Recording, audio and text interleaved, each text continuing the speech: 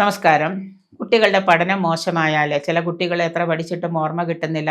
5ാം class വരെ നല്ലോണം പഠിച്ചിരുന്നു. 7ാം ക്ലാസ്സിലായപ്പോൾ തീരെ മോശമായി, മാർക്കില്ല, ബുദ്ധിമുട്ട്. പഠനം മോശമാവുന്നത് ബുധന് മൗഢ്യം, കേന്ദ്രാധിപത്യ ദോഷമൊക്കെ ഉണ്ടെങ്കിൽ ആ കുട്ടികളുടെ പഠനം, ഉന്നത പഠനമൊക്കെ മോശമാവാം. പ്രത്യേകിച്ച് ബുധദശാകാലത്തിൽ. ബുധന് മൗഢ്യം ഉണ്ടോ എന്ന് നോക്കുക ജാതകത്തിൽ. ബുധന് മൗഢ്യം ഉണ്ട്, കേന്ദ്രാധിപത്യ ദോഷവും അതുപോലെ വ്യാഴദശയൊക്കെ മോശമാണെങ്കിൽ, ശുക്രദശ, ഓരോ ദശാകാലവും കുട്ടികൾക്ക് വിചാരിച്ച രീതിയിൽ പഠനത്തിൽ അലസത ഉണ്ടാവും, ഉയർച്ച ഉണ്ടാവില്ല, പ്രൊമോഷൻ ഉണ്ടാവും. അപ്പം അതിൻ്റെ കാരണം നമ്മൾ കണ്ടുപിടിക്കണമെങ്കിൽ ജാതക പരിശോധന നടത്തണം. കോമൺ ആയിട്ട് നമുക്ക് ബുധന് മൗഢ്യമോ കേന്ദ്രാധിപത്യ ദോഷം ഉണ്ടെങ്കിൽ അതാവാം.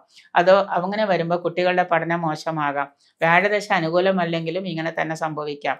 ഗുരുവായൂരപ്പനോ ശ്രീകൃഷ്ണനോ പൂജ നടത്തുക. ശ്രീകൃഷ്ണന് പൂജ നടത്തുന്നത് നല്ലതാണ്. വിദ്യാരാജഗോപാല മന്ത്രം കൊണ്ട് ഹോമം പൂജ ചെയ്യുക. വിദ്യാരാജഗോപാലം എഴുതി ജപിച്ച് യന്ത്രമായിട്ട് ധരിക്കാം. വിദ്യാരാജ്ഞി ധരിക്കാം. രാജഗോപാല യന്ത്രം ധരിക്കാം. പച്ച നിറമുള്ള വസ്തുക്കൾ ഒഴുക്കുവെള്ളത്തിൽ ഒഴുക്കിക്കളയുക. ദാനം ചെയ്യുക. പച്ച നിറമുള്ള വസ്തുക്കൾ ദാനം ചെയ്യുക. ചെറുപയർ പോലെയുള്ള വസ്തുക്കളൊക്കെ മേടിച്ച് കുട്ടികളെ കൊണ്ട് ആർക്കെങ്കിലും കൊടുപ്പിക്കാം. തത്തയെ വളർത്താം. ആടിനെ വീട്ടിൽ വളർത്താം. ആടിനെ വളർത്താൻ പറ്റാത്തവർക്ക് ഒരു തത്ത, പച്ചത്തത്തയെങ്കിലും മേടിച്ച്, ഇപ്പം നിയമ തടസ്സങ്ങൾ ഉണ്ടെങ്കിൽ പോലും തത്തയെ മേടിച്ച് വീട്ടിൽ വളർത്തതൊക്കെ ബുധന് കേന്ദ്രാധിപത്യം. ആ കുട്ടികളെ കൊണ്ട് ആ തത്തയ്ക്ക് ഭക്ഷണം കൊടുപ്പിക്കാം. ആ പച്ച ബെൽറ്റ് ഉപയോഗിക്കാം. അതുപോലെ തന്നെ എല്ലാ ദിവസവും ബുധ അഷ്ടോത്തരം ജപിക്കാം. ശ്രീകൃഷ്ണ ക്ഷേത്രത്തിൽ ബുധനാഴ്ച ദിവസം കുട്ടികളെ കൊണ്ടുപോയി സ്കൂൾ വിട്ട് വന്നിട്ട് വൈകുന്നേര സമയങ്ങളിൽ കൊണ്ടുപോയിട്ട് തൊഴിയിക്കുക. ഇങ്ങനെയുള്ള നിരന്തരം പിന്നെ സരസ്വതി മന്ത്രം, സാരസ്വത കൃതം ജപിച്ച് സേവിക്കാം.